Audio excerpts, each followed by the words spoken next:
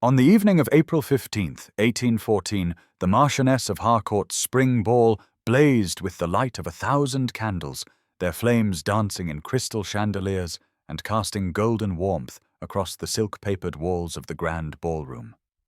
Eleanor Ashworth stood near the refreshment table, positioned in that particular shadow between two towering arrangements of white roses where she had learned through 6 seasons of practice that she might observe without being observed, might exist without being noticed, might breathe without drawing the cutting attention of those who found her very presence an affront to their delicate sensibilities. The unseasonably warm spring evening had prompted the footman to open several windows, allowing a jasmine-scented breeze to drift through the crowded room and mingle with the heavier perfumes of the assembled company. Yet Eleanor felt no relief from the oppressive weight that had settled upon her chest the moment their carriage had arrived. Her deep blue silk gown, chosen by her mother with the explicit intention of minimizing what Lady Harriet Ashworth delicately termed her daughter's more generous proportions, rustled softly as Eleanor shifted her weight, watching her younger sister Clara float across the dance floor in the arms of yet another enchanted partner. Clara, wrapped in pale pink muslin that accentuated her dainty figure and porcelain complexion, laughed at something her partner whispered, the sound carrying across the room like silver bells, and Eleanor felt the familiar ache beneath her ribs that she had long ago learned to identify not as jealousy, but as a kind of resigned grief for possibilities she had been foolish enough to entertain in her youth.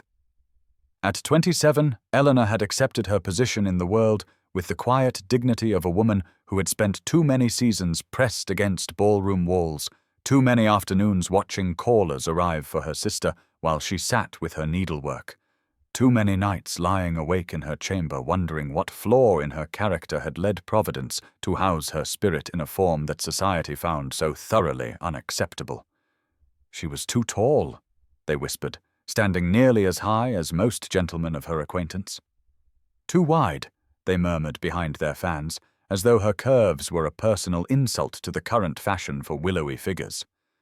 Too old, they declared with pitying glances, as though 27 were an age beyond redemption, rather than the mere beginning of a life she might have lived differently had circumstance been kinder. The orchestra struck up another waltz, and Eleanor watched Clara accept a new partner, her dance card evidently as full as Eleanor's was empty, and she reached for a glass of lemonade simply to give her hand something to do when she heard it, that particular whisper pitched just loud enough to be overheard, just quiet enough to maintain plausible deniability.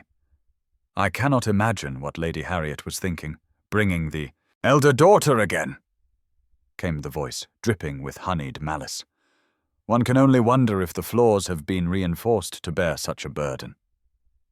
The words struck Eleanor like a physical blow, though she had trained herself through years of such comments to absorb the impact without visible reaction, to let her face remain as smooth and untroubled as the surface of a still pond, even as beneath it her heart clenched with that familiar mixture of shame and weary resignation that had become as much a part of her as her too tall frame and too wide hips. She set down her glass of lemonade with careful precision, her fingers steady despite the trembling that had begun somewhere deep in her chest, and she did not turn to identify the speaker, though she recognized the voice as belonging to Lady Lydia Carstairs, that elegant viper whose tongue had drawn blood from more than one unfortunate soul during Eleanor's years navigating the treacherous waters of London society. Lady Lydia held court near the champagne, surrounded by her usual circle of admirers and sycophants, women whose laughter tinkled like broken glass as they dissected their fellow guests with surgical precision, and Eleanor knew without looking that she had become their evening's entertainment, a role she had filled at countless gatherings before this one. She heard another voice join the chorus, younger and higher, perhaps Lady Lydia's cousin Miss Whitmore, who had debuted this very season with all the advantages Eleanor had never possessed. A delicate frame, a modest fortune, and parents ambitious enough to display her properly. Such a pity about the elder Miss Ashworth, this new voice murmured with theatrical sympathy. One wonders if she even fits through standard doorways, or if the servants must widen them specially when she visits. The circle erupted in muffled laughter, the sound of fans raised to cover smirking mouths, and Eleanor focused her attention on the terrace doors that stood perhaps 20 feet away, calculating the steps required to reach them without appearing to flee, without granting these women the satisfaction of knowing their barbs had found their mark. Lady Lydia's voice rose again, carrying that particular pitch designed to reach Eleanor's ears while maintaining the pretense of private conversation. I heard Lord Pemberton considered her once, years ago, before he saw her standing next to normal-sized women. Can you imagine the wedding night? She would break the bed beneath her, and the poor man along with it. The laughter that followed this pronouncement was louder, less restrained, and Eleanor felt the heat rise in her cheeks despite her determination to remain unmoved. Across the ballroom, Clara twirled in her third set, golden curls bouncing, utterly oblivious to her sister's humiliation,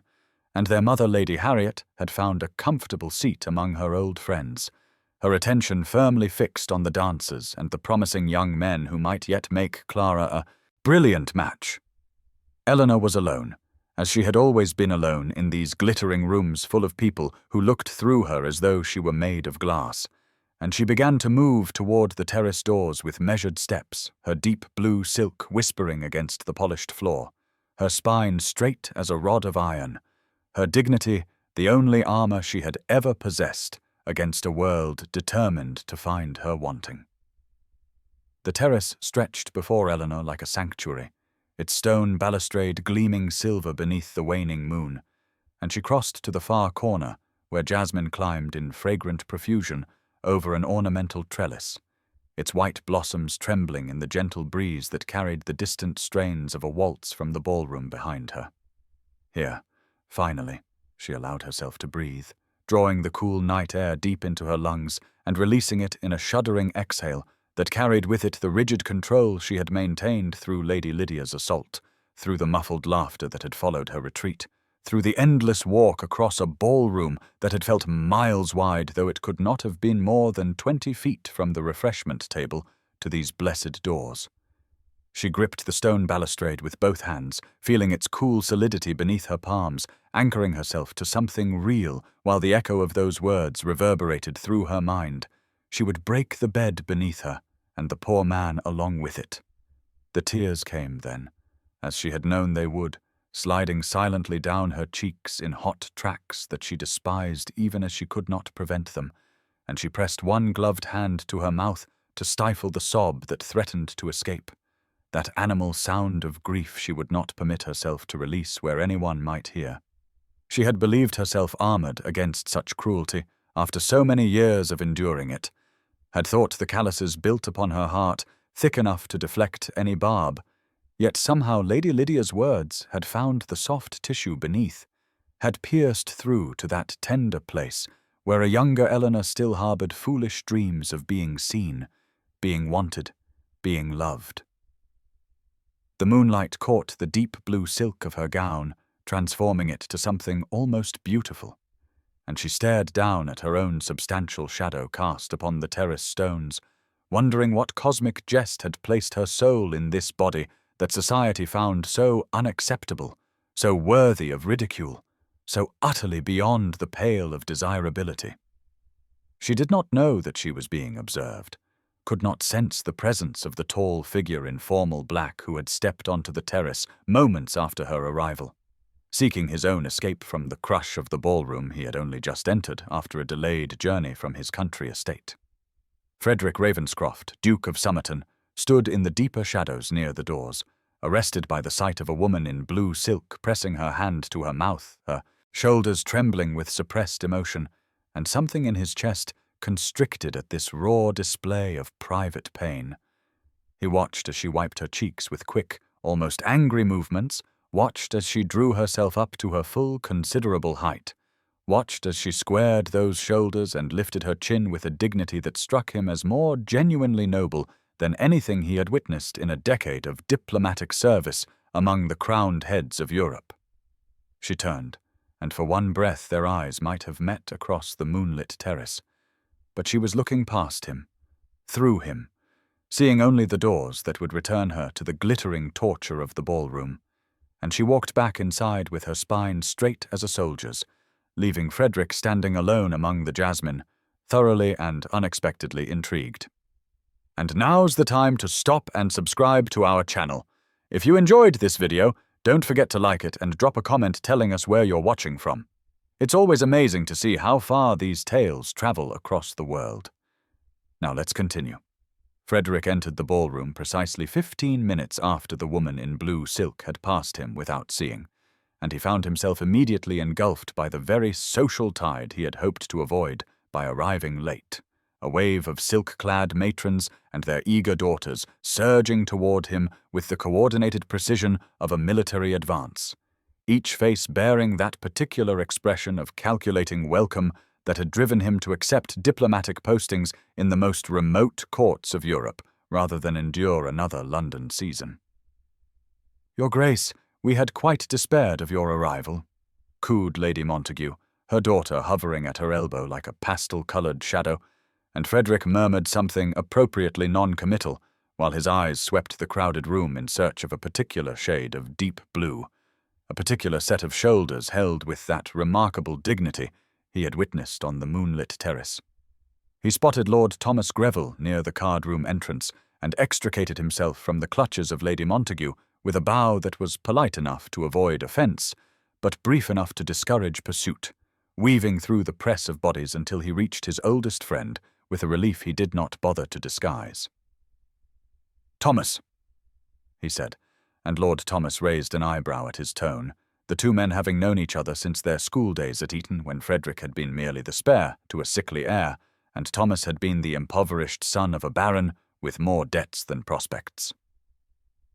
"You look as though you have seen something extraordinary," Thomas observed, and Frederick realized that his face must be betraying more than he intended, that the woman on the terrace had somehow pierced the diplomatic mask he had perfected over a decade of navigating far more treacherous waters than a London ballroom. "Who is she?" he asked without preamble. The tall woman in blue silk with dark hair, and Thomas followed his gaze to the corner where Eleanor had retreated, where she sat now in a gilt chair, half hidden by a potted palm, a small leather-bound volume open in her hands, her attention so thoroughly absorbed by its pages that she appeared entirely unaware of the glittering spectacle swirling around her. Thomas made a small sound of surprise before answering, "That would be Miss Eleanor Ashworth, the elder daughter of the late Baron Ashworth, quite on the shelf, I am afraid, must be 27 if she is a day, and her mother has long since abandoned any hope of a match, focusing all efforts on the younger daughter, the pretty one dancing with Viscount Pemberton." Frederick watched Eleanor turn a page with delicate precision, watched the candlelight catch the curve of her cheek and the slight furrow of concentration between her brows, and he found himself utterly fascinated by this woman who brought a book to a ball, who read philosophy while her sister danced, who wept alone on terraces and then straightened her spine and returned to face her tormentors with a grace that put every diamond-draped debutante in the room to shame. "She is magnificent," he said quietly, and Thomas stared at him as though he had lost his mind entirely. Frederick excused himself from Thomas with a murmured word and crossed the ballroom floor with the same purposeful stride that had carried him through the gilded corridors of the Russian imperial court and the marble halls of the Austrian Empire. Yet he found his pulse quickening in a manner entirely unfamiliar as he approached the corner where Eleanor Ashworth sat absorbed in her reading, her dark head bent over the small volume in a posture of such complete absorption that she did not notice his shadow falling across the page until he spoke. "I confess myself curious," he said, his voice pitched low enough that only she could hear. "What manner of book proves more compelling than the finest orchestra in London and the combined efforts of 200 guests to provide entertainment?" Eleanor's head snapped up, her eyes wide with an alarm that she quickly masked behind an expression of polite neutrality, and Frederick watched the transformation with fascination, watched her construct her defenses in real time as she recognized his evening attire, his bearing, the unmistakable markers of rank that identified him as someone who should have no business addressing a wallflower in a shadowed corner. "Your Grace," she said, and he noted that her voice did not waver despite the surprise evident in her eyes. I was not aware that my reading habits were of interest to anyone present this evening, least of all a gentleman of your standing." He smiled at the delicate barb embedded in her politeness and gestured toward the book she had instinctively pressed closed against her bodice, the title obscured by her gloved fingers. "I spent 10 years in diplomatic service, Miss Ashworth, reading the character of those around me became something of a professional necessity, and a woman who brings Wollstonecraft to a ball is a woman whose character I find myself eager to understand." The shock that flickered across her features was genuine and unguarded, her composure cracking for just a moment before she recovered, with a self-deprecating lift of one shoulder that Frederick found unexpectedly endearing. "You have caught me out, Your Grace," she admitted. "I find the discourse on the rights of women rather more stimulating than discourse on the weather and the shocking price of ribbon, though I suspect that confession marks me as quite beyond redemption in polite society." "On the contrary," Frederick replied, leaning slightly closer, "it marks you as the only person in this room worth conversing with," and he watched the color rise in her cheeks, watched her struggle to categorize this exchange, to fit it into her understanding of how the world worked, an understanding that clearly did not include dukes seeking out spinsters for discussions of political philosophy. Before she could formulate a response, a breathless voice interrupted them. "Eleanor, I need you at once." Clara Ashworth appeared at her sister's elbow, her pretty face flushed from dancing and her eyes flickering with barely concealed curiosity toward Frederick. "My hem has torn, and Mamma cannot leave Lady Weston, and you simply must come help me." And Eleanor rose immediately, her book disappearing into her reticule with practiced efficiency,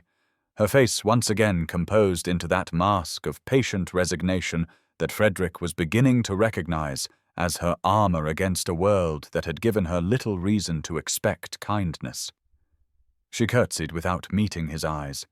and allowed her sister to pull her away. But Frederick remained standing in the corner she had vacated, breathing in the faint scent of lavender she had left behind, more intrigued than ever by the woman who read Revolution at balls and expected nothing from dukes but dismissal. The final hour of the Marchioness of Harcourt's spring ball found Frederick standing near the entrance to the card-room, his eyes tracking Lady Harriet Ashworth as she made her farewells to a cluster of elderly matrons, and he recognized this as his opportunity, perhaps his only opportunity before the evening ended, to learn something of substance about the woman who had retreated from his presence with such practiced efficiency, as though she had long ago learned that attention from men of his station led only to disappointment or mockery. He crossed the ballroom floor with purpose, intercepting Lady Harriet just as she turned toward the doors where servants waited with wraps and cloaks, and he watched the color drain from her face and then return in a rush of surprised pink as she registered who had stopped before her with a bow that protocol demanded but that he offered with genuine warmth. "Lady Harriet," he said, "I hope you will forgive my forwardness in approaching without a proper introduction, but I found myself in conversation with your elder daughter earlier this evening, and was struck by her remarkable intellect, and I wondered if I might call upon your family to continue our discussion of political philosophy."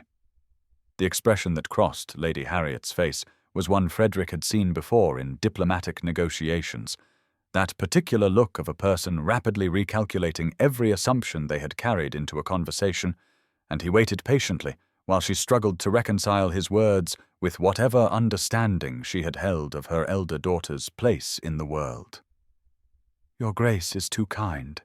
she finally managed, her voice carrying that tremulous note of hope that mothers of unmarried daughters could never quite suppress in the presence of eligible dukes.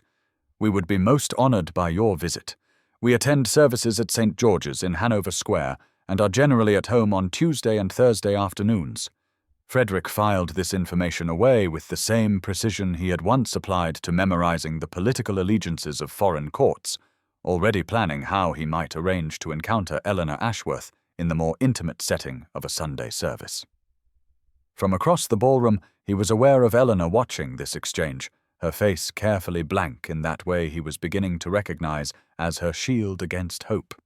and he knew with sudden certainty that she was misinterpreting everything she observed, that she was assuming his attention to her mother signaled interest in her younger sister, that she was even now reinforcing the walls she had built around her heart with fresh mortar mixed from years of being overlooked.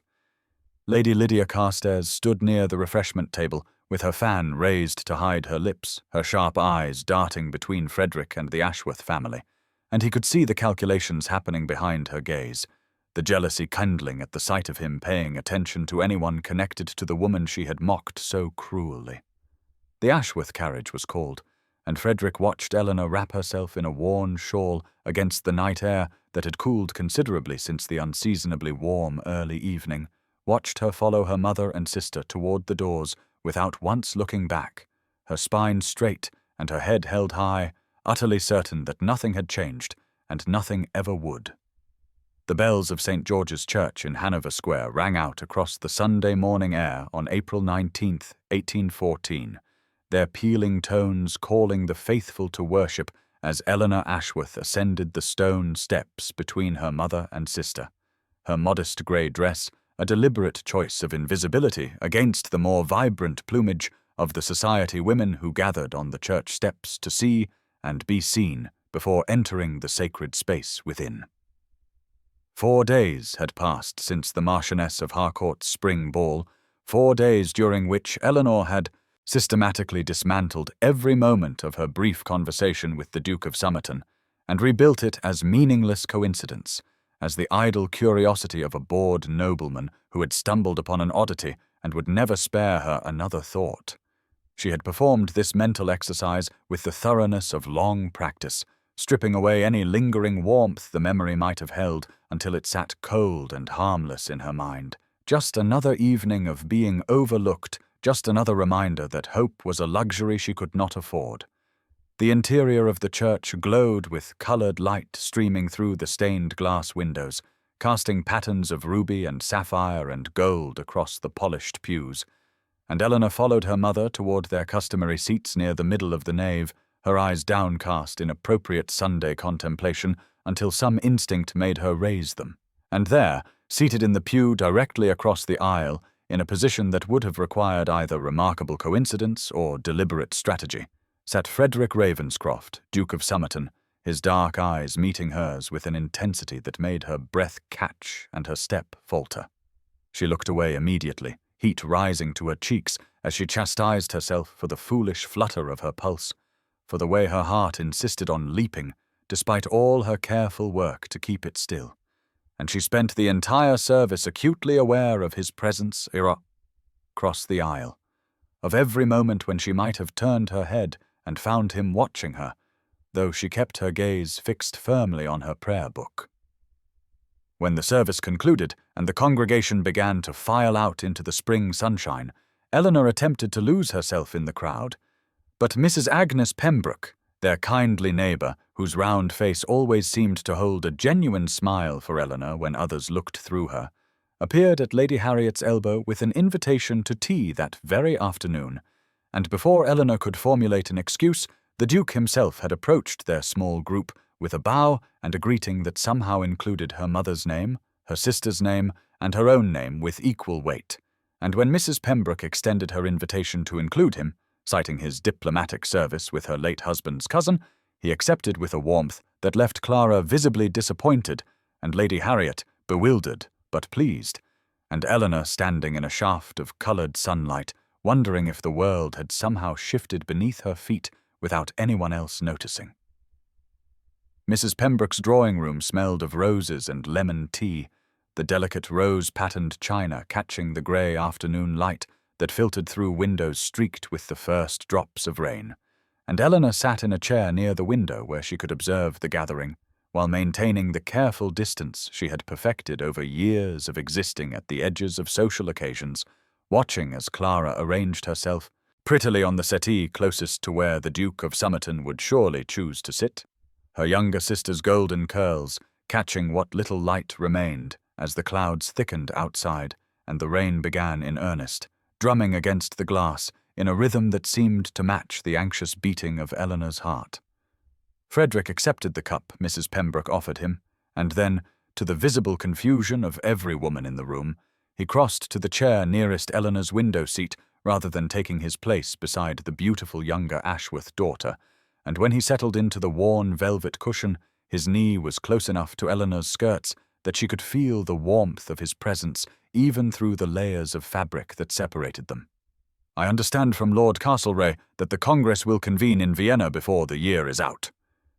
Frederick said, his voice pitched for Eleanor alone, though the small room made privacy impossible, "and I find myself curious what you make of the proposed territorial settlements, Miss Ashworth, given your evident interest in political philosophy." The seed cake turned to ash in Eleanor's mouth as she registered the genuine inquiry in his tone, the way his dark eyes held hers without wavering, without sliding toward Clara's more appealing form, as she had expected, as she had been certain would happen the moment the initial novelty of speaking to the overlooked spinster wore thin. She swallowed hard and glanced at her mother, who was staring at her with an expression that combined bewilderment with something that might have been the first stirrings of hope, and Mrs. Pembroke had paused with the teapot suspended in midair, and Clara's pretty mouth had fallen open in a manner that would have earned a sharp correction had Lady Harriet been paying attention to anyone other than her elder daughter. "I believe," Eleanor began, her voice steadier than she had any right to expect, "that any settlement which fails to account for the aspirations of the peoples being divided like parcels of land will plant the seeds of future conflict, and that the great powers would do well to remember that maps drawn in palace rooms must eventually be lived upon by ordinary people who care little for the ambitions of emperors." The smile that spread across Frederick's face was unlike any expression Eleanor had ever seen directed at her, warm and delighted, and carrying within it something that looked remarkably like admiration, and when he laughed, a genuine sound of pleasure at her words, Eleanor felt something crack open in her chest, some wall she had built so long ago she had forgotten it existed, and for one brief and terrifying moment she allowed herself to imagine that this attention might be real, might be meant for her and her alone, before the familiar voice of caution whispered that such hopes were the province of other women, women like Clara, and never meant for women like Eleanor Ashworth. The morning post arrived at the Ashworth townhouse on April 22nd, 1814, carried on a silver tray by their aging butler, whose measured footsteps echoed through the quiet hallway where Eleanor sat in the small parlor reserved for family use,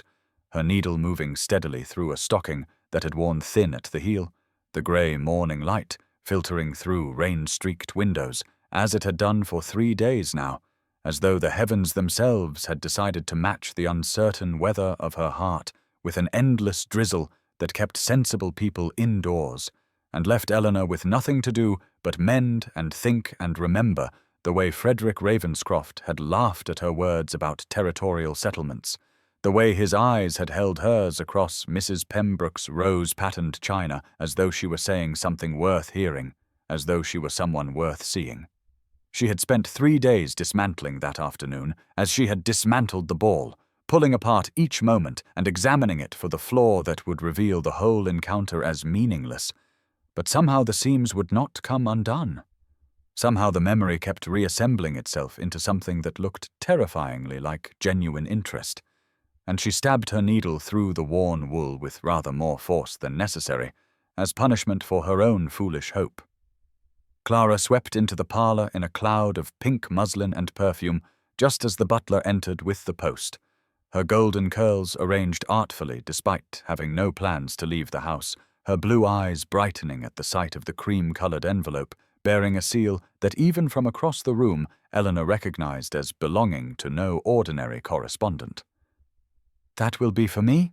Clara announced, reaching for the letter before the butler could present the tray properly, and Eleanor watched her sister's face as she broke the seal with eager fingers, watched the anticipation transform first into confusion and then into something harder and colder as Clara read the direction written within. "It says Eleanor," Clara said, her voice flat and strange. "The Duke of Somerton requests the pleasure of Miss Eleanor Ashworth's company for a private viewing of the Italian collection at Montague Gallery," and he specifically writes Eleanor, not Miss Ashworth, as though there could be any doubt which sister he means. Lady Harriet appeared in the doorway, drawn by some maternal instinct for brewing conflict, and Eleanor set aside her mending with hands that trembled only slightly as Clara thrust the invitation toward their mother with an expression of wounded betrayal. "There must be some mistake," Eleanor said, though even as the words left her lips, she knew they were a lie, knew that Frederick Ravenscroft was not a man who made mistakes in his correspondence, and when her mother finished reading and looked up with an expression that combined bewilderment with the first glimmers of something like wonder, Eleanor felt the careful architecture of her resigned acceptance begin to crack like ice on a spring pond. "You will accept," Lady Harriet said firmly, silencing Clara's protests with a raised hand, for one did not refuse a duke, and Eleanor sat in the grey morning light with an invitation in her mother's hands, and her sister's tears beginning to fall, and the terrifying possibility that hope might not be foolishness after all, taking root in her chest, despite every effort she had made to keep that particular garden barren and safe. The Montague Gallery stood quiet on the afternoon of April 24th, 1814, its high ceilings and marble floors lending a hush to the space that felt almost sacred, and Eleanor moved through the Italian Renaissance collection with her heart beating so loudly she was certain Frederick could hear it despite maintaining the proper distance required by propriety, her mother trailing somewhere behind them, distracted by a chance encounter with an old acquaintance whose voice echoed faintly from the gallery's far end, leaving Eleanor more alone with the Duke of Somerton than she had ever been with any man, and the terror of it sat in her chest like a stone she could not swallow. She paused before a painting of Venus rising from the sea, the goddess rendered in soft curves and generous flesh that bore no resemblance to the willowy ideals society currently worshipped,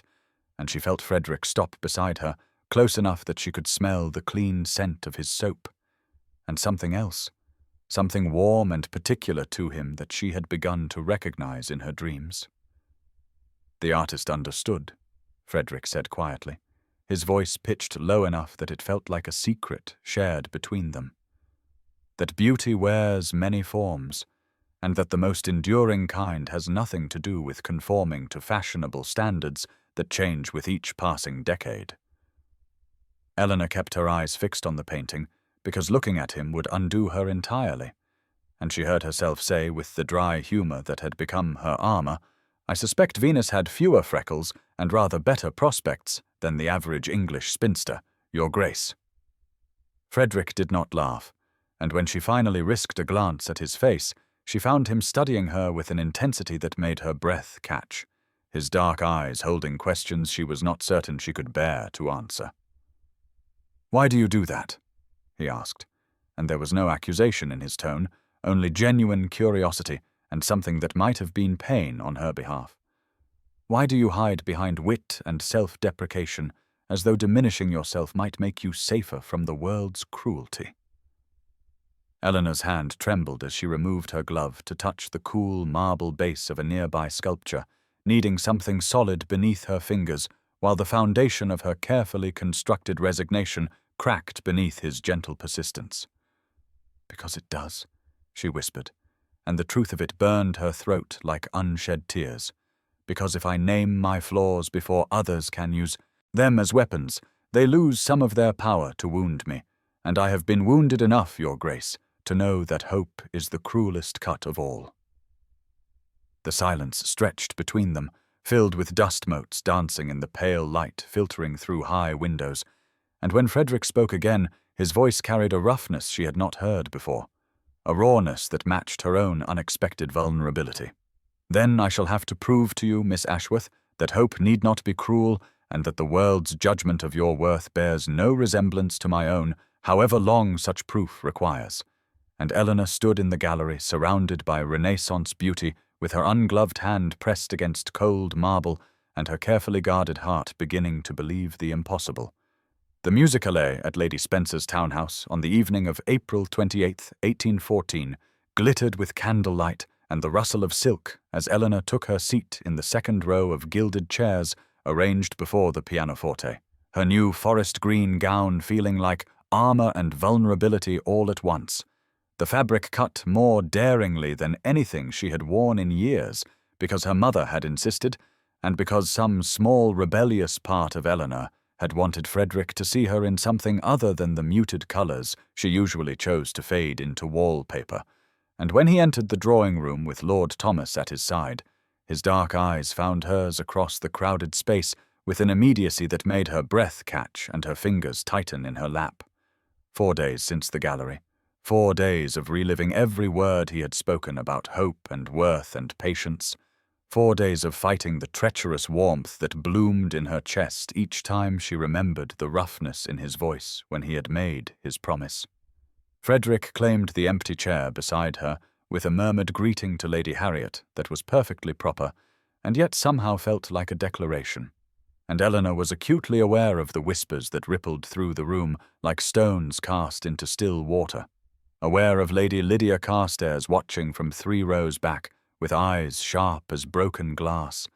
aware that every matron present was cataloguing this moment to dissect over breakfast tomorrow. The Mozart sonata began, delicate notes filling the air like crystal rain, but Eleanor heard little of it over the thunder of her own pulse and the quiet commentary filtering from behind her. Surely he cannot mean to court her in earnest. Perhaps it is a wager among gentlemen. She would crush him on their wedding night, and she felt her cheeks burn with humiliation even as she kept her spine straight and her eyes fixed on the performer's flying fingers. During the intermission, Frederick turned to her with deliberate attention, asking her opinion of the interpretation with genuine interest in his voice, and Eleanor answered because not answering would be worse, because silence would be surrender. And when she mentioned that the pianist had taken unusual liberties with the tempo in the second movement, Frederick's smile reached his eyes in a way that made her forget momentarily that they were surrounded by people who thought her unworthy of his notice. Lady Lydia's voice cut through the genteel murmur of conversation with practiced precision, loud enough to carry without being obviously vulgar. One wonders what the Duke finds so fascinating about Miss Ashworth's musical opinions when her only instrument is the fork, and Eleanor watched Frederick's jaw tighten, watched something cold and dangerous flash across his features before he mastered it, watched Lord Thomas shift his weight as though preparing to intervene, and she thought with a strange calm that she should be used to this by now, should be armoured against it. But somehow Lady Lydia's cruelty cut deeper when Frederick was present to witness her humiliation, when his good opinion was something she had begun to crave like air. The afternoon of May 2nd, 1814, brought the kind of spring sunshine that made Hyde Park glow like something from a painting, and Eleanor sat beside Frederick in his curricle, with her heart caught somewhere between terror and a joy so foreign she barely recognized it. The blue ribbons of her bonnet fluttering in the gentle breeze as they joined the parade of carriages and riders taking the fashionable hour along Rotten Row, and she was acutely aware of every eye that turned their direction, every whisper that would follow them home, every raised eyebrow from matrons who could not fathom what the Duke of Somerton was doing with the overlooked Ashworth daughter when her pretty sister sat at home nursing wounded pride. Frederick handled the ribbons with the easy competence of a man accustomed to excellence in all things, but his attention remained fixed on Eleanor rather than the matched greys stepping smartly before them, and when he spoke his voice carried that particular roughness she had come to recognize as sincerity stripped of social pretense. "I spent 7 years abroad," he said, watching diplomats and courtiers play their endless games of appearance and advantage, and I returned to England with no patience left for pretense, no tolerance for the shallow judgments that pass for conversation in ballrooms, and I find myself wondering, Miss Ashworth, whether you might understand what it means to stand apart from a world that values the wrong things entirely. Eleanor felt the spring air catch in her throat as she considered his words, considered the loneliness threaded through them that echoed her own so precisely it ached, and she heard herself answering with an honesty she had not permitted herself in years. "I once had hopes," she admitted, watching a pair of riders pass them with curious glances. "When I was 18 and foolish enough to believe that someone might see past the obvious to whatever lay beneath. But hope is a luxury that becomes too expensive when it is disappointed often enough, and I learned to stop purchasing what I could not afford." Frederick's hands tightened almost imperceptibly on the reins, and when he turned to look at her, his dark eyes held something fierce and tender all at once that made her breath stutter in her chest. "Then you have been purchasing from merchants who dealt in counterfeit goods," he said quietly, "and I intend to prove that genuine worth exists, that it has always existed in you, waiting only to be recognized by someone with eyes unclouded by fashionable blindness." The curricle passed beneath the dappled shade of ancient oaks as Eleanor sat beside a man who spoke to her, as though her thoughts mattered, as though her presence brought him pleasure rather than obligation, and she felt the careful architecture of her resignation developing cracks that terrified her even as she could not bring herself to shore them up. Around them the park blazed with spring flowers and the murmur of polite society. But Eleanor existed in a smaller world, bounded by the curricle's frame and Frederick's proximity, and when his gloved hand brushed against hers, reaching for the lap blanket against the breeze, she did not pull away. The morning of May 6, 1814, arrived with pale sunlight filtering through the lace curtains of Eleanor's bedroom, illuminating the roses and forget-me-nots that Frederick had sent just yesterday, their fragrance mingling with the scent of the leather-bound volume of poetry that lay open on her nightstand, its margins filled with his precise handwriting, offering observations and questions clearly meant to spark conversation between them, and Eleanor sat at her small writing desk attempting to compose a thank-you note that would not betray how desperately she had come to anticipate each delivery, each small token that proved the curricle ride and the gallery and the musicale had not been fever dreams conjured by a lonely woman's imagination. When her bedroom door burst open without ceremony, and Clara stood in the threshold with red-rimmed eyes and a fury that transformed her delicate features into something Eleanor barely recognized. "You have stolen everything," Clara spat, her voice trembling with weeks of suppressed resentment, finally finding release. "You who were supposed to be invisible, you who were supposed to chaperone and fade into corners and leave the eligible men for those of us who still had a chance. And now the Duke of Somerton sends you flowers while I receive nothing, sends you books with love notes in the margins while I am pitied by every girl who debuted with me. And I want to know what arts you employed, what deception you practiced to turn his head from where it naturally should have fallen."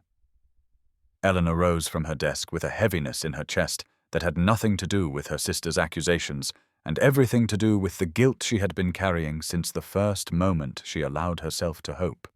And she heard herself answering with a weariness that surprised them both. "I employed no arts because I possess none,"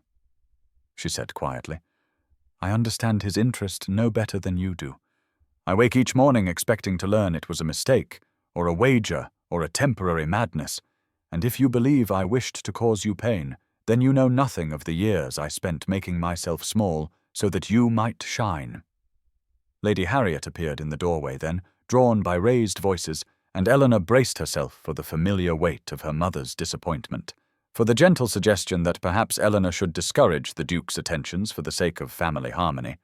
But instead Lady Harriet crossed the room and placed herself between her daughters with an expression Eleanor had never seen before, something fierce and protective that seemed directed, impossibly, at Eleanor herself. "Clara, enough," Lady Harriet said with quiet authority. "Your sister has spent 9 years diminishing herself for this family's sake, has refused her own happiness so completely that she forgot she deserved any. And if a man of sense and position has finally recognized what we should have celebrated all along, I will not permit you to poison it with jealousy."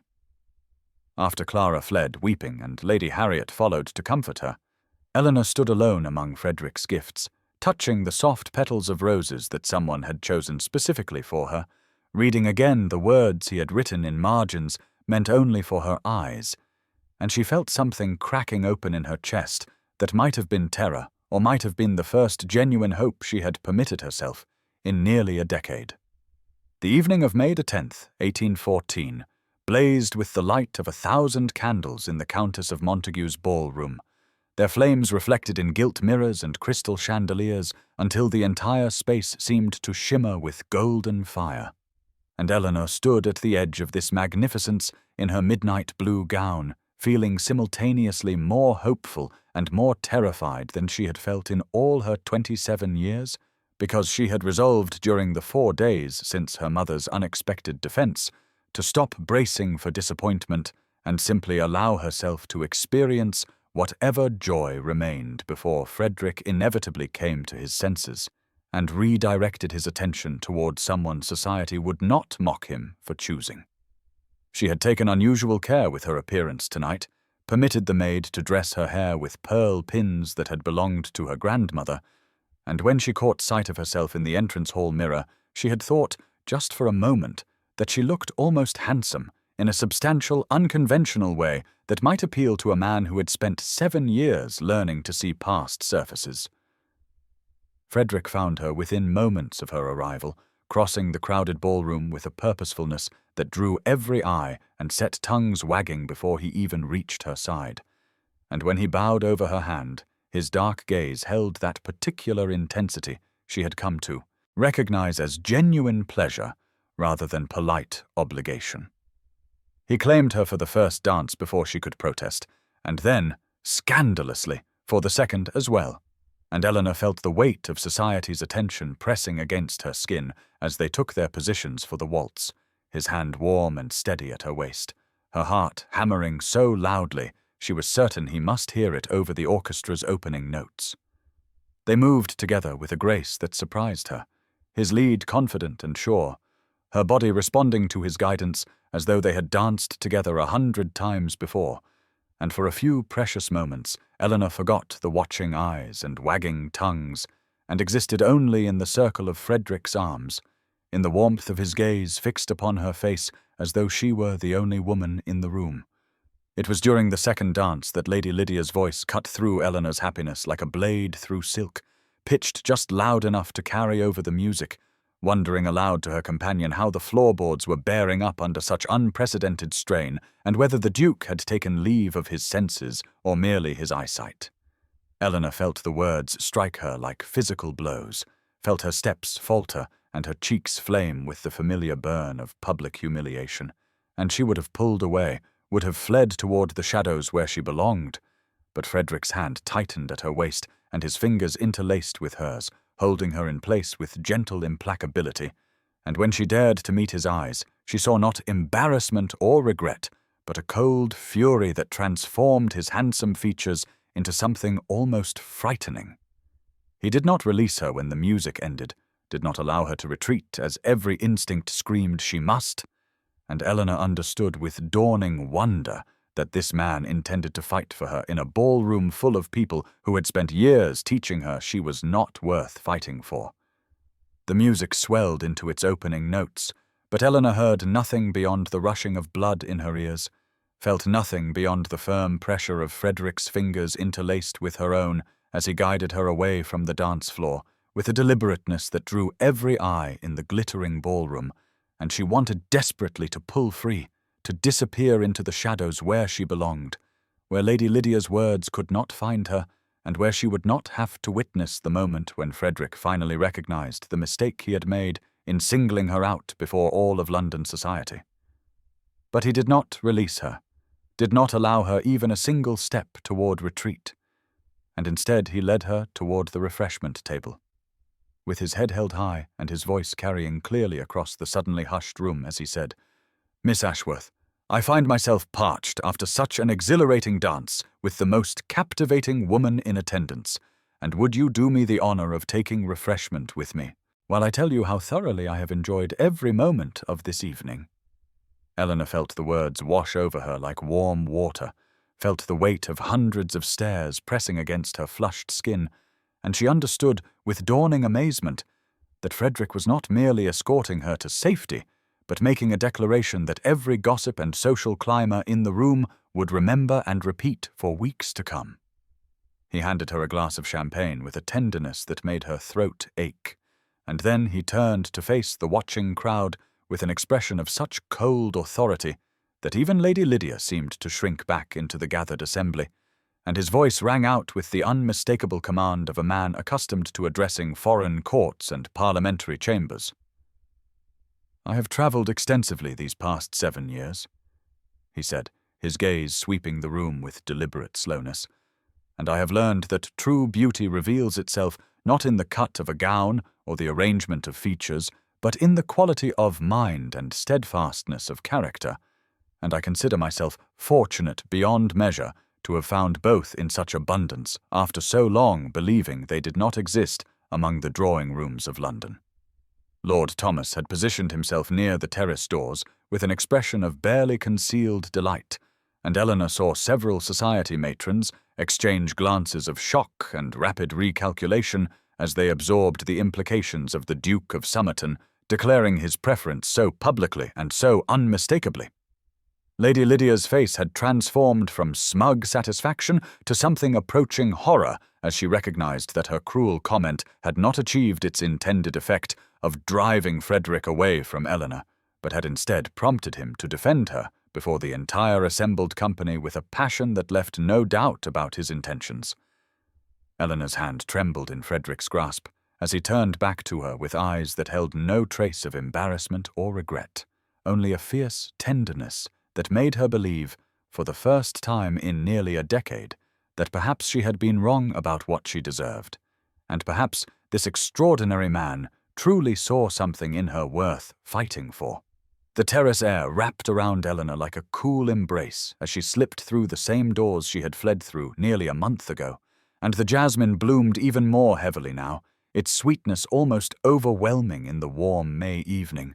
and she pressed her trembling fingers against the stone balustrade and tried to calm the wild beating of her heart while her mind struggled to comprehend what had just transpired in the ballroom behind her. Frederick's voice ringing out in her defense, his hand refusing to release hers, his eyes blazing with that fierce tenderness that made her want to weep and laugh and run all at once. The moon hung full and luminous overhead, casting silver light across the garden below,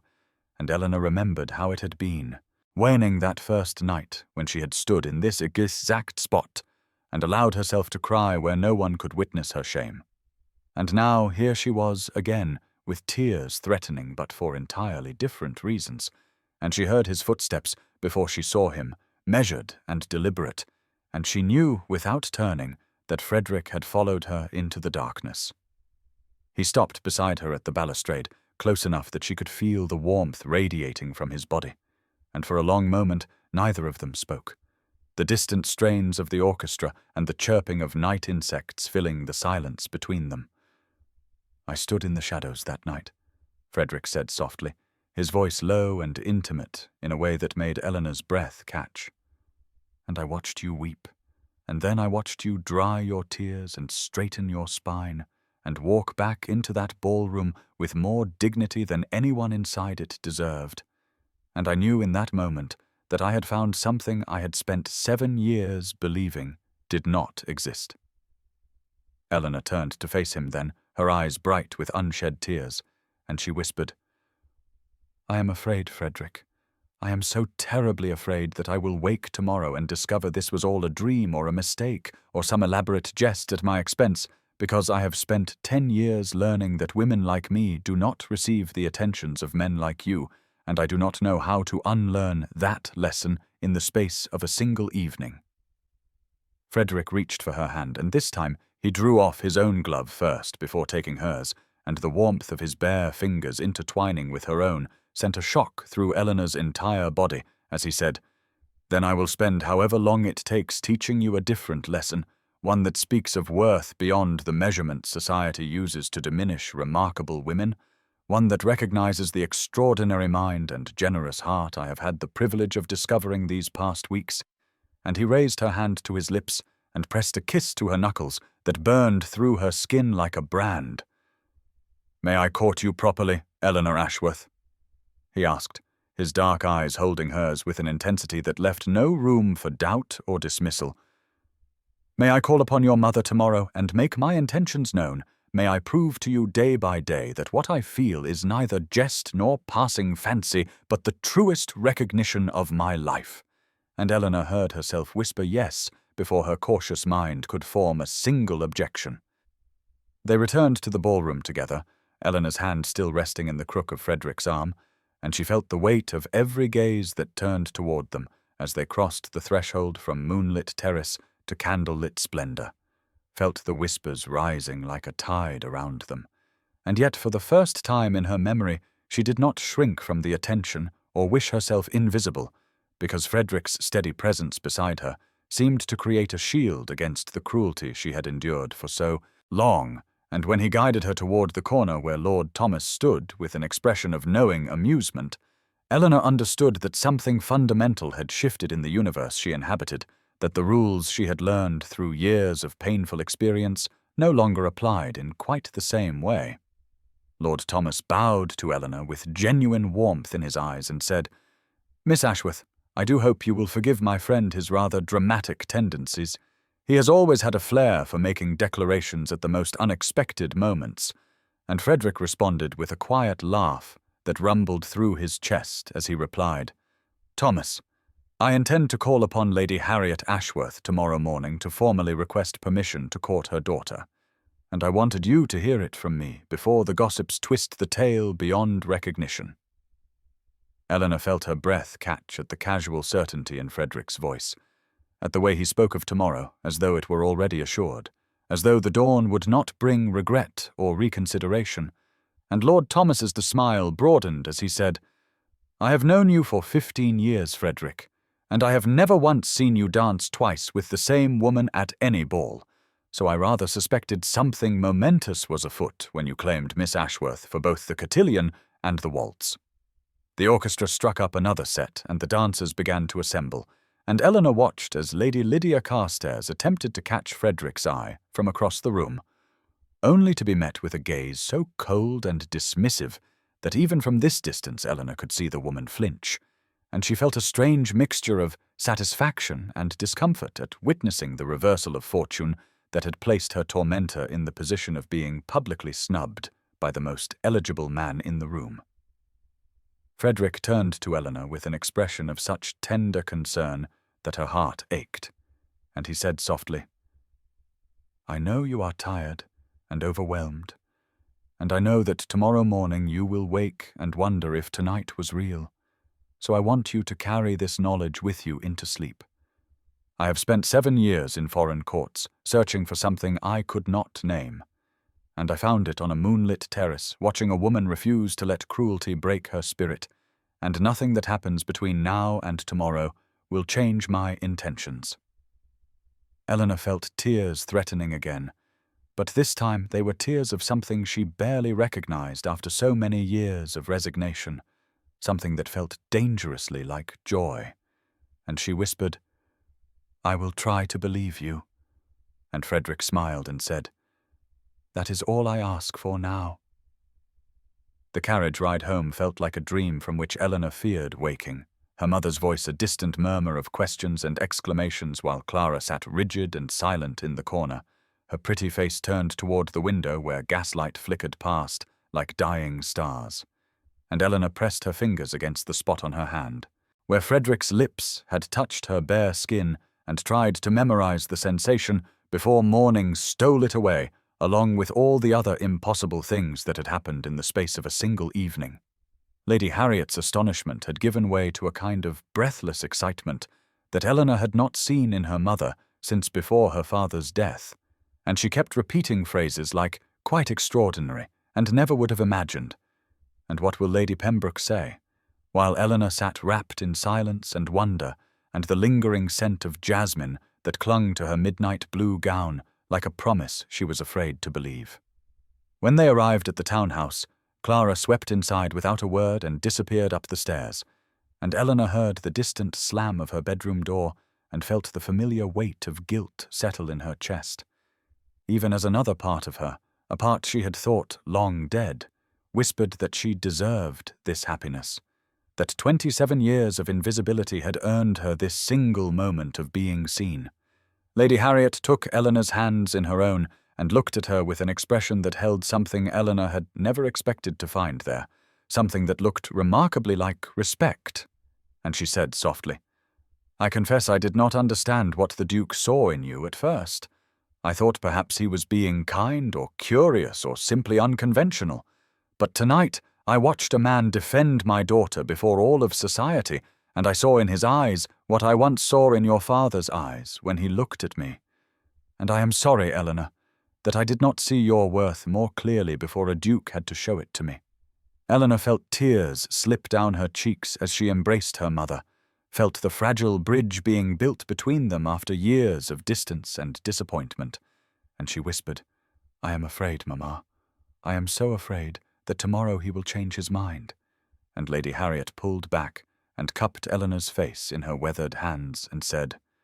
"Then we shall face tomorrow together. But tonight you will sleep knowing that you are extraordinary, that you have always been extraordinary, and that some truths do not change with the sunrise." Eleanor climbed the stairs to her room, where Frederick's gifts still surrounded her, the roses and forget-me-nots filling the air with sweetness, the annotated poetry books stacked beside her bed, and she sat at her window looking out at the moon that hung full and luminous over London, and allowed herself for the first time in a decade to imagine a future that held more than resignation and duty and the slow fade into comfortable invisibility. Somewhere across the city, Frederick Ravenscroft was likely telling Lord Thomas about his plans for the morning, about the formal request he would make to Lady Harriet, about the courtship that would scandalize society and delight the gossips, and ultimately prove that worth had nothing to do with measurements or age or the cruel arithmetic of the marriage market. And Eleanor pressed her hand to her heart and whispered yes into the darkness. The morning of May 11th, 1814, dawned bright and merciless, sunlight streaming through Eleanor's bedroom window with an intensity that seemed designed to expose every doubt and fear she had carried through the restless hours of the night. And she lay in her bed, surrounded by Frederick's gifts, the roses now fully opened and releasing their sweetest perfume, the poetry books with their careful annotations in his elegant hand, and she pressed her palm against her racing heart and whispered to herself that today would bring the truth, that the morning light would reveal whether the moonlit promises had been real or merely the temporary madness of a spring evening. She rose and dressed with trembling fingers, choosing a simple morning gown of pale lavender that she had always thought suited her coloring,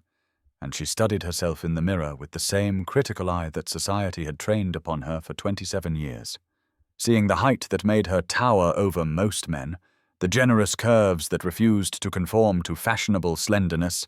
the face that was pleasant enough but had never inspired poetry or passionate declarations, and yet she also saw something new in her reflection, something that looked remarkably like hope, refusing to be extinguished despite her best efforts to protect herself from disappointment. Downstairs, Lady Harriet was already pacing the drawing-room in a state of nervous anticipation, having ordered the best tea service laid out and fresh flowers arranged on every surface. And Clara sat in the corner with her needlework, her pretty face arranged in an expression of studied indifference that fooled no one, and the clock on the mantel ticked away the minutes with agonizing slowness as 10 o'clock approached. When the knocker finally sounded at precisely 5 minutes past the hour, Eleanor felt her breath catch in her throat and her hands grow cold despite the warmth of the spring morning, and she heard the butler's measured footsteps in the hallway, heard the low murmur of male voices, and then Frederick Ravenscroft, Duke of Somerton, appeared in the doorway of the drawing-room, looking exactly as she remembered him, tall and commanding in a dark blue coat that matched his eyes, his expression grave but his gaze seeking hers immediately across the room with an intensity that made her knees weaken. He bowed to Lady Harriet and then to Clara, observing all the proprieties that society demanded, but his eyes kept returning to Eleanor as though she were a lodestone and he a compass needle unable to point anywhere else, and when he finally approached her and took her hand and raised it to his lips, she saw in his face the same wonder she felt in her own heart, the same disbelief that fate had finally offered them something worth believing in. Frederick turned to Lady Harriet with the formal words he had surely rehearsed, requesting permission to court her eldest daughter with honourable intentions toward matrimony, and Eleanor watched her mother's face transform from nervous anticipation to genuine joy as she granted that permission with more warmth than Eleanor had ever heard in her voice, and Clara's needlework fell forgotten to the floor as she finally understood that the impossible had become real. The days that followed Frederick's formal declaration of courtship passed in a blur of morning calls and afternoon drives and evening entertainments, where Eleanor found herself transformed from invisible wallflower to the most watched woman in London, and she moved through this new existence with a mixture of wonder and terror that made her heart race every time she caught sight of Frederick across a crowded room and saw his face light with the same quiet joy that she felt blooming in her own chest. Lady Lydia Carstairs and her circle of sharp-tongued gossips had not abandoned their cruelty, but had instead refined it into whispered speculation about what hold Eleanor must have over the Duke, what dark arts or desperate manipulation had ensnared a man who could have had any woman in England. And Eleanor heard these whispers everywhere she went, in the retiring rooms at balls, behind fans at musicales, in the sidelong glances of women who had once looked through her as though she were made of glass. But something remarkable had begun to happen in the weeks since Frederick had publicly defended her at the Countess of Montague's ball, and Eleanor noticed it first in the way certain society matrons began to greet her with genuine warmth rather than dismissive politeness, in the invitations that arrived at the Ashworth townhouse addressed specifically to her rather than to the family in general, in the young women who sought her out at parties to ask her opinion on books or politics or the latest parliamentary debates, as though her intelligence were something to be admired rather than hidden. Frederick watched this transformation with visible satisfaction, his eyes following her across crowded rooms as she engaged in conversations that would have been impossible for her a mere month ago, and when they found moments of semi-privacy during their chaperoned outings, he would lean close and whisper observations that made her laugh, would brush his fingers against hers in ways that sent electricity racing up her arm, would look at her with an intensity that made her feel beautiful in a way she had never imagined possible. On May the 15th, 5 days after the formal courtship had begun, Frederick arrived at the Ashworth townhouse not for a morning call, but for a private audience with Lady Harriet, and Eleanor sat in the drawing-room with Clara, who had finally thawed enough to speak to her sister with something approaching civility, and they both pretended to focus on their needlework, while straining to hear any sound from the study where their mother and the Duke had closeted themselves. When the door finally opened, and Lady Harriet emerged with tears streaming down her face and a smile so wide it seemed to transform her entirely,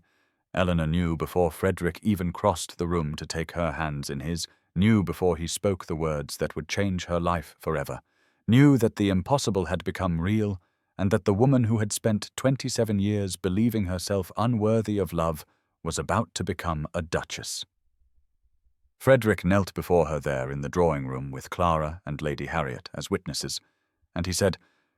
"Miss Ashworth Eleanor, I have loved you since the moment I watched you straighten your spine on that terrace and refuse to let cruelty break you, and I am asking you now to do me the honor of becoming my wife." Eleanor's voice emerged as barely a whisper when she finally found the strength to speak,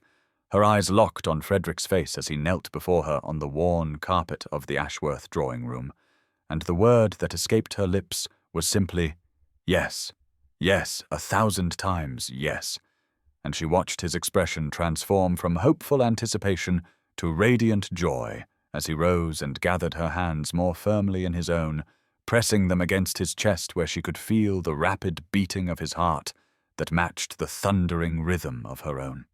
Lady Harriet was weeping openly now, dabbing at her eyes with a lace handkerchief while making sounds that alternated between laughter and sobs, and even Clara had risen from her chair with an expression that held something approaching genuine happiness for her sister, the jealousy and resentment of recent weeks finally giving way to the recognition that Eleanor deserved this moment after so many years of selfless devotion to their family. Frederick raised Eleanor's hand to his lips once more, but this time his kiss lingered, warm and deliberate against her fingers, and when he looked up at her his eyes held promises that made her breath catch in her throat, promises of a future she had never dared to imagine for herself, of mornings spent in conversation over breakfast, of evenings reading together by the fire, of a lifetime of being seen and valued and loved for exactly who she was. The formal announcement would be made that very evening at the Viscount Hastings' dinner party, Frederick explained, as he finally released her hands, and Eleanor felt a flutter of anxiety at the thought of facing society's reaction, of enduring Lady Lydia's poisonous whispers and the shocked stares of those who had dismissed her as unmarriageable for so long. But when she looked at Frederick's steady gaze, she found the courage she needed to face whatever cruelty awaited them. Lord Thomas arrived within the hour, having been summoned by a hastily dispatched note, and his congratulations were warm and genuine as he clapped Frederick on the shoulder and bowed over Eleanor's hand with theatrical flourish, declaring that he had known from the moment he saw Frederick watching her at that first ball that his friend was utterly and irrevocably lost. The afternoon passed in a flurry of preparations and plans, of Lady Harriet sending servants to fetch Eleanor's finest evening gown for pressing, of Clara quietly offering to arrange Eleanor's hair in a more elaborate style than her sister usually attempted, of Frederick reluctantly departing to make his own preparations while promising to return within hours to escort them to the dinner party where London society would learn that the Duke of Somerton had chosen the woman they had mocked and dismissed as his future Duchess. Eleanor stood at her bedroom window as his carriage pulled away, watching until it disappeared around the corner, and she pressed her palm against the cool glass and allowed herself for the first time to fully believe that this was real, that the man who had defended her honor and declared his love and knelt before her to ask for her hand was truly hers, and that by nightfall all of London would know that Eleanor Ashworth, the spinster they had laughed at, the woman they had called too tall and too wide and too old for any man to want, would become the Duchess of Somerton.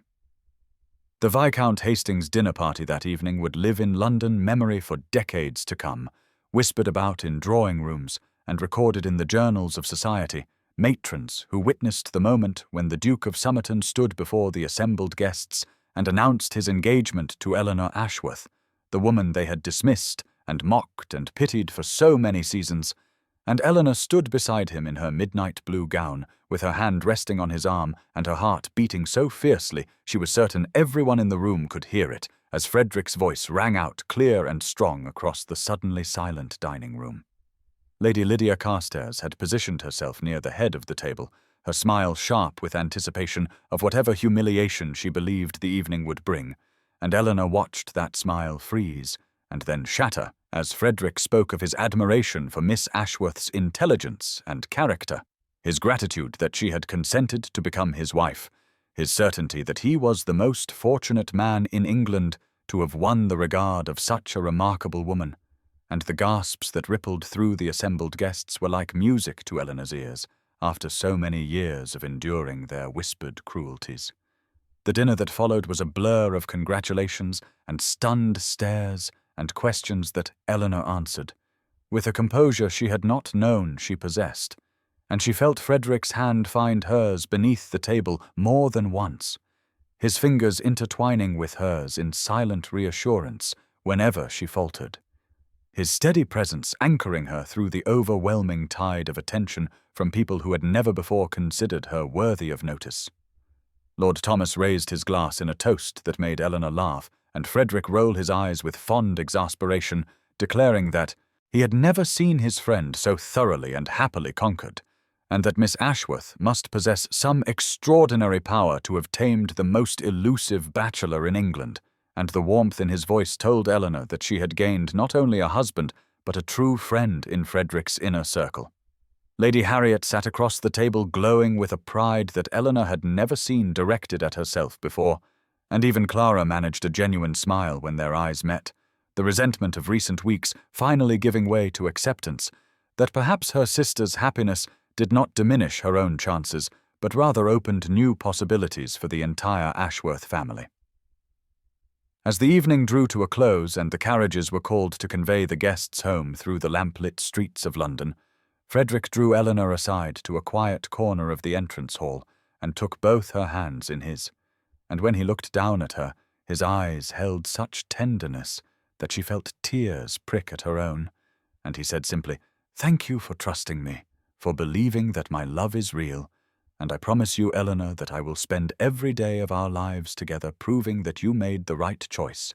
And Eleanor rose on her toes and pressed a brief kiss to his cheek that scandalized the footman standing nearby and made Frederick's face break into a smile of such pure joy that Eleanor knew she would remember this moment forever. The weeks that followed the engagement announcement passed in a whirlwind of activity that left Eleanor breathless and occasionally overwhelmed, as the reality of becoming a duchess settled into her consciousness with all its attendant responsibilities and expectations, and she found herself surrounded by modistes and milliners and jewellers who arrived at the Ashworth townhouse in a steady stream, summoned by Frederick's insistence that his future wife should have everything she required for her new station in life, though Eleanor protested that she needed nothing beyond what she already possessed, and that such extravagance was unnecessary for a woman who had spent years making do with remade gowns and mended gloves. Frederick visited daily, sometimes twice, arriving with flowers or books or small tokens that he pressed into her hands with that quiet smile that still made her heart flutter despite the growing familiarity between them, and they spent hours in conversation that ranged from parliamentary politics to favourite childhood memories, to their shared dreams for the future they would build together, and Eleanor discovered that the more she learned about the man who would be her husband, the more deeply she fell in love with his kindness and his intelligence and his unwavering certainty that she was exactly the woman he wanted beside him for the rest of his life. The banns were read at St. George Church on 3 successive Sundays, and each time Eleanor sat in the pew with her mother and sister and heard the words announcing her impending marriage to Frederick Ravenscroft, Duke of Somerton, she felt a fresh wave of wonder that this was truly happening to her, the woman who had resigned herself to spinsterhood and invisibility, the woman society had mocked and dismissed, and she would glance across the aisle to find Frederick watching her with such warmth in his eyes that she had to look away before her emotions overwhelmed her in that sacred space. Lady Lydia Carstairs had retreated from society following the engagement announcement, her humiliation complete when the Duke of Somerton had chosen the very woman she had so publicly ridiculed, and Eleanor found that she could summon no satisfaction from her former tormentor's disgrace. Only a quiet relief that the cruelest voice in London would no longer poison the air around her with whispered insults and cutting remarks.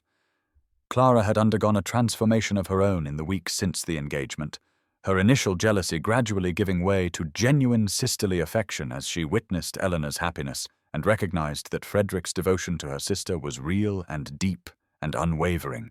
and the two sisters spent long evenings together discussing wedding preparations and laughing over memories of their childhood, and tentatively rebuilding the bond that had frayed under the strain of competition for a man who had only ever wanted one of them. Mrs. Agnes Pembroke called frequently to offer advice and encouragement, her kindly face beaming with satisfaction at the romance she had helped facilitate through that fateful tea invitation, and Lady Harriet walked through the house with a lightness in her step that Eleanor had not seen since before her father's death, her younger daughter still unmarried, but her elder daughter about to become a duchess, and all of London's cruelty could not diminish the joy that filled the Ashworth household as the wedding day approached with inexorable and wonderful speed. The morning of June 3rd, 1814, dawned clear and golden over London,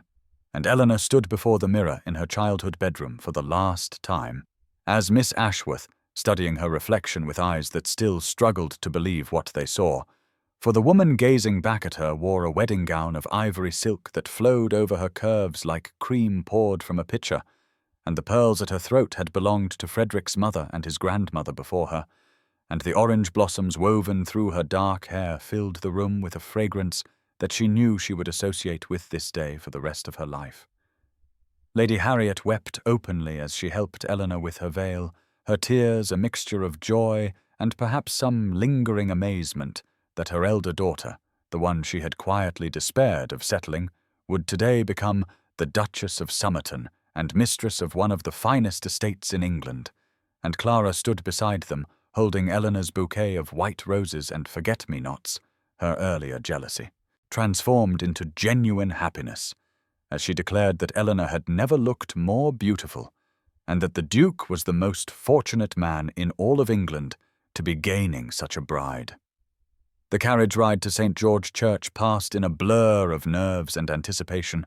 and Eleanor clutched her mother's hand as the streets of London rolled past the windows,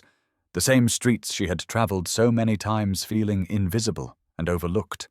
and she marvelled at how completely her life had changed in the span of weeks, how the woman who had resigned herself to spinsterhood and solitude was now moments away from pledging her life to a man who had seen her true worth when all of society had been blind to it. The church was filled with guests who had come to witness the most talked-about wedding of the season, the union that had defied every expectation and silenced every cruel whisper, and Eleanor felt their eyes upon her as she walked down the aisle on trembling legs, but she saw only Frederick standing at the altar with Lord Thomas beside him, Frederick whose face lit with such unmistakable joy at the sight of her that Eleanor felt her nervousness dissolve into pure happiness,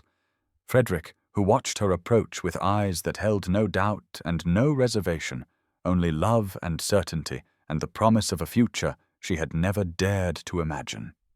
The ceremony itself was a sacred blur of ancient words and solemn vows, and when Frederick slipped the ring onto Eleanor's finger and spoke the words that bound them together for life,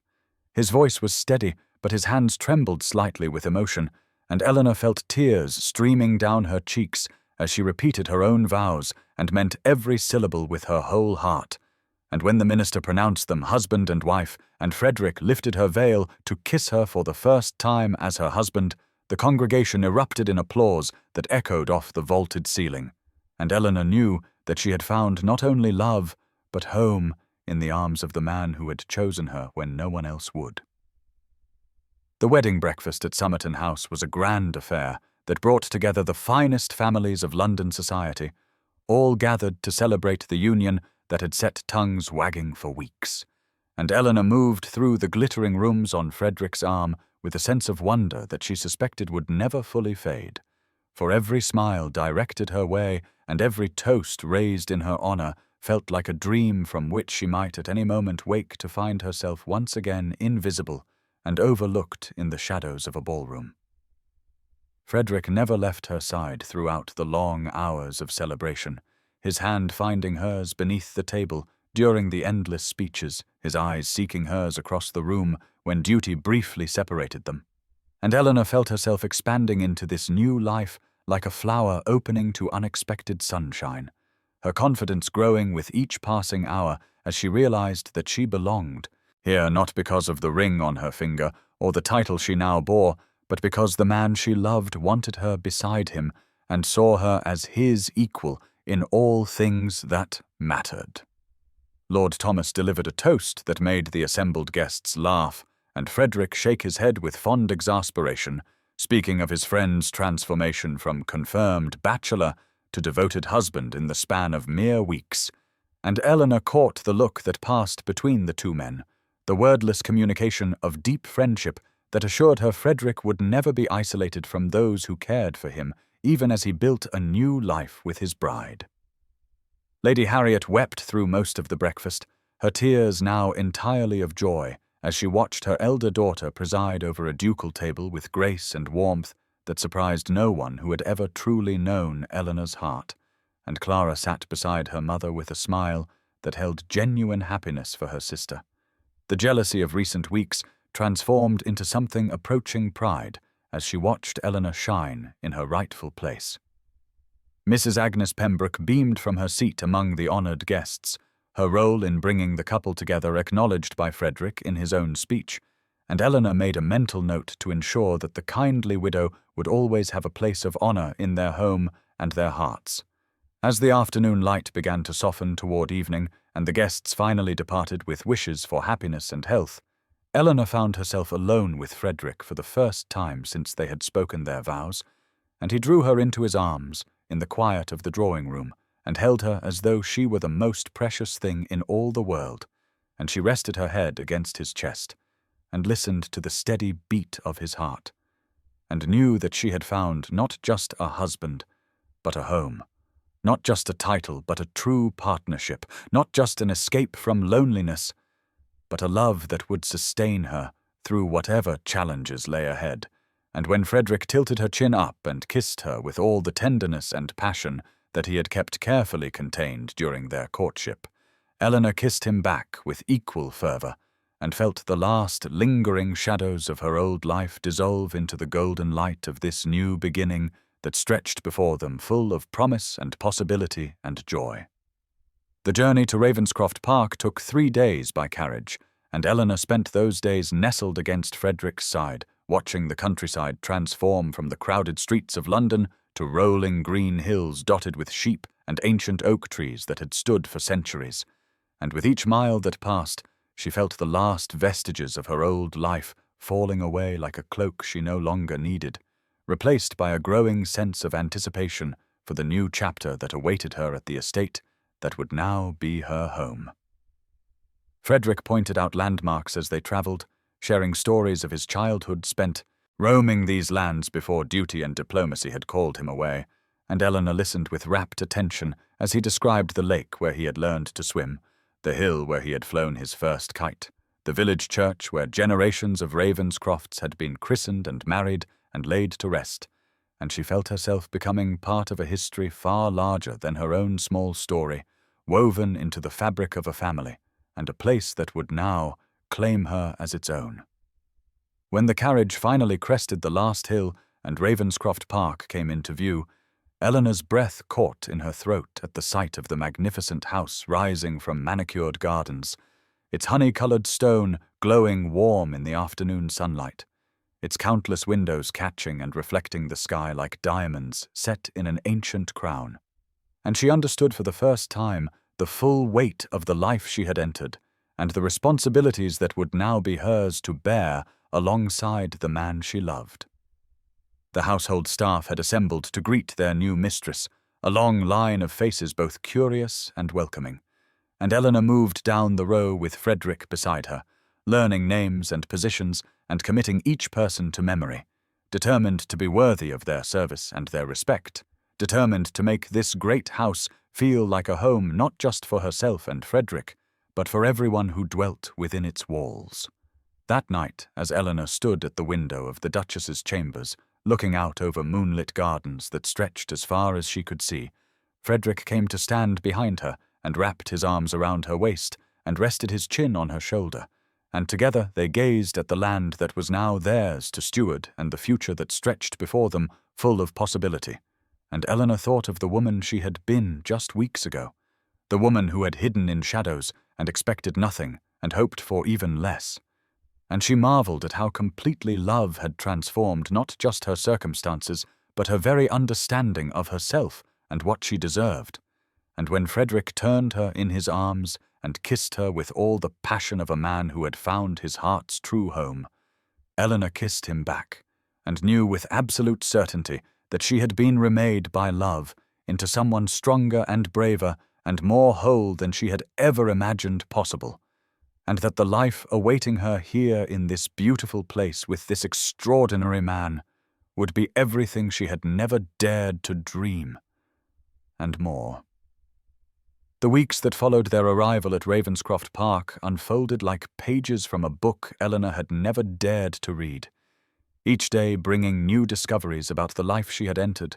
and the man she had married, and she found herself settling into the rhythms of the great house with a naturalness that surprised her, as though some part of her had always been waiting for this place and this purpose, and Frederick watched her bloom with a quiet satisfaction that warmed her heart each time she caught his gaze across the breakfast table, or found him observing her as she consulted with the housekeeper about menus or discussed tenant concerns with the estate manager.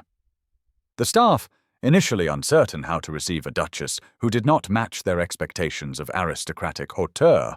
soon came to appreciate Eleanor's genuine interest in their lives and her practical approach to household matters, and she learned their names and their stories and their small concerns, and in return they offered her a loyalty that went beyond duty to something approaching affection. And Frederick told her one evening as they walked through the gardens that she had accomplished in weeks what many mistresses never achieved in years, a household that ran on respect rather than fear, and Eleanor had blushed and deflected the compliment, but held his words close to her heart like a precious gift.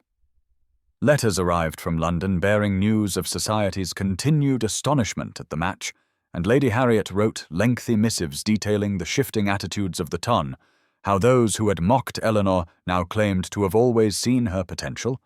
how Lady Lydia Carstairs had retreated from society pleading a convenient illness after her humiliation at the ball, and Eleanor read these letters with a mixture of satisfaction and something approaching pity, for she understood now that the cruelty she had endured had sprung from the same well of insecurity and fear that had once poisoned her own heart, and she found she could not hate those who had wounded her when she herself had been so thoroughly healed. Clara wrote too, her letters at first stiff and formal, but gradually warming as the weeks passed, and Eleanor detected beneath her sister's careful words a genuine effort to understand and accept what had happened, and she wrote back with patience and love, assuring Clara that her time would come, that the right match would find her when she least expected it, and she meant every word, for she knew now that love could appear in the most unlikely moments and transform everything one believed about oneself and the world. The summer stretched before them, golden and unhurried, and Eleanor and Frederick rode out together each morning to survey the estate, and she learned the names of tenants and the boundaries of fields and the history written in every stone wall and ancient tree, and she felt herself becoming part of something larger than her own small story, woven into a tapestry of generations past and future. And when Frederick reached for her hand as they paused on a hilltop overlooking the valley that was now her home, Eleanor understood at last that she had not merely married a duke, but had found her place in the world, a place where she belonged completely and without reservation, a place called home.